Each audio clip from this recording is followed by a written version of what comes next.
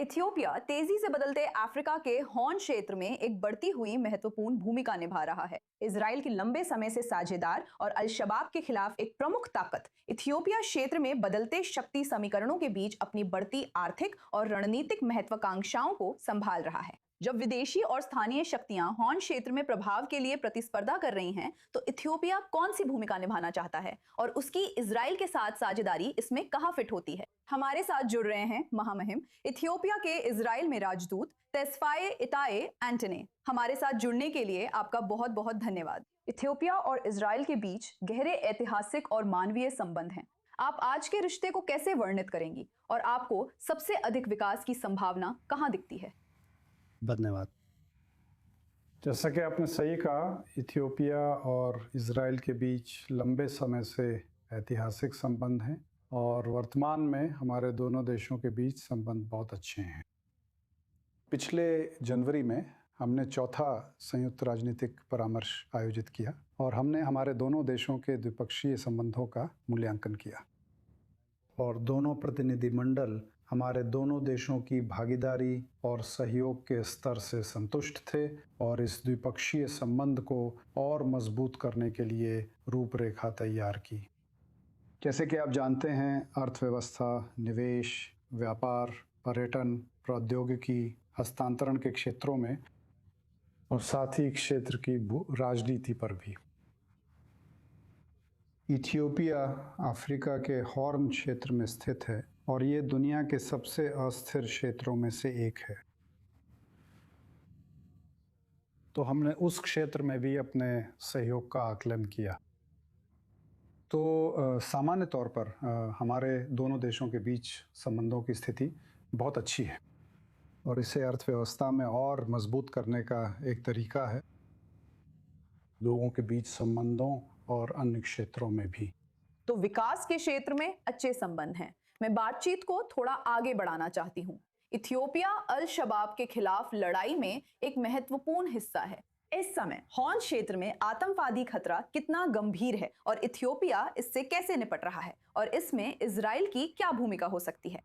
पिछले लगभग 20 वर्षों से इथियोपिया सोमालिया में आतंकवादी तत्वों से लड़ रहा है अपने सैनिक भेजकर, और इस आतंकवादी तत्व से लड़ने में बहुत बड़ी भूमिका निभाई है। अब भी हमारे सैनिक सोमालिया में अल शबाब से लड़ रहे हैं। अल शबाब कभी कभी कमज़ोर हो जाता है और कभी कभी ये सोमालिया और पड़ोसी क्षेत्रों के लिए भी ख़तरा बन जाता है।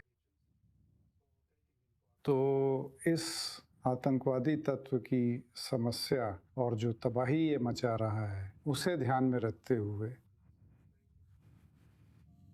इथियोपिया इस आतंकवादी तत्व को रोकने के लिए कड़ी मेहनत कर रहा है। अब तक इसने बहुत अच्छा किया है।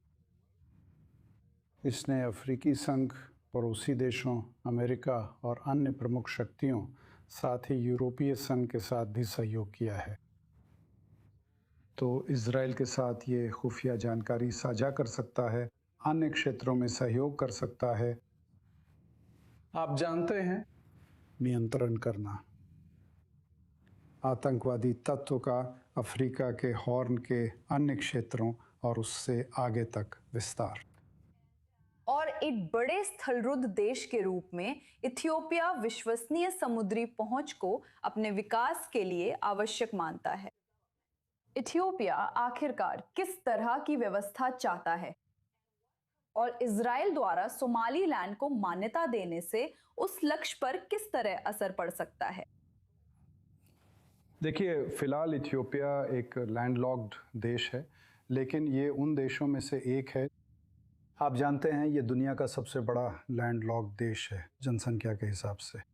इथियोपिया कूटनीतिक तरीकों से समुद्र तक पहुंच बनाना चाहता है। फिलहाल हम अपने अंतर्राष्ट्रीय व्यापार के लिए 95% से भी ज़्यादा जिबूती पोर्ट का इस्तेमाल कर रहे हैं।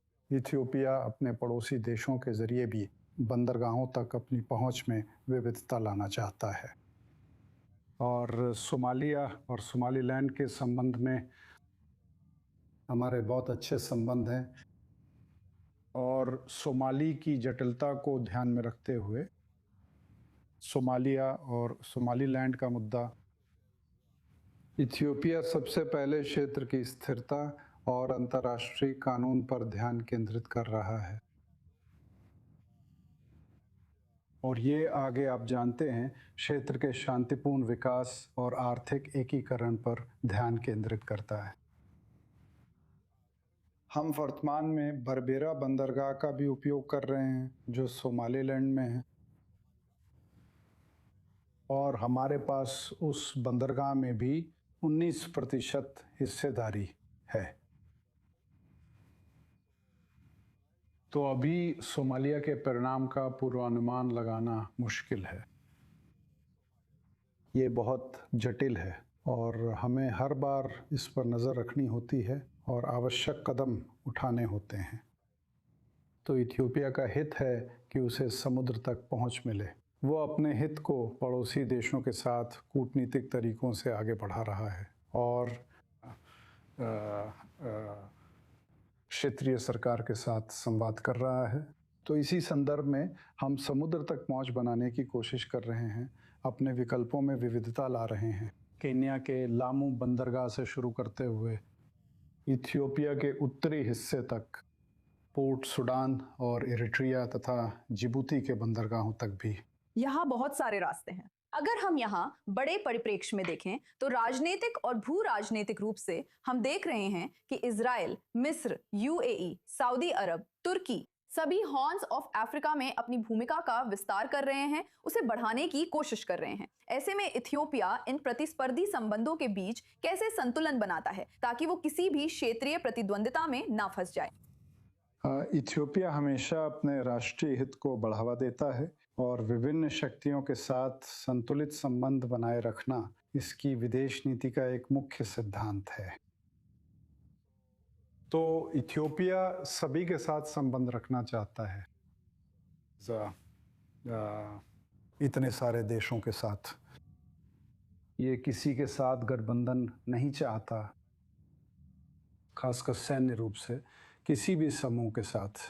लेकिन जहाँ तक ये उसके राष्ट्रीय हित में है, इथियोपिया किसी भी देश के साथ साझेदारी करने के लिए तैयार है, चाहे वो कहीं से भी आ रहा हो।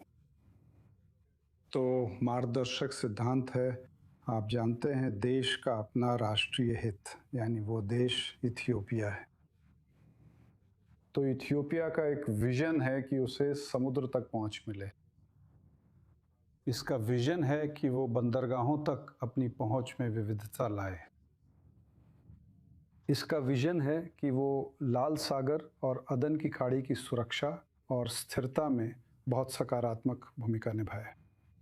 तो इस मामले में ये सकारात्मक रूप से अपना योगदान दे सकता है और दुनिया के किसी भी हिस्से से आने वाले किसी भी देश या समूह के साथ सहयोग और साझेदारी कर सकता है। ठीक है, ये बहुत ही सकारात्मक बात है। बहुत बहुत धन्यवाद एम्बेसडर टीसफाई इताय एंटनी। हम आपके आने की सच में सराहना करते हैं। बहुत बहुत धन्यवाद, ये मेरा सौभाग्य है।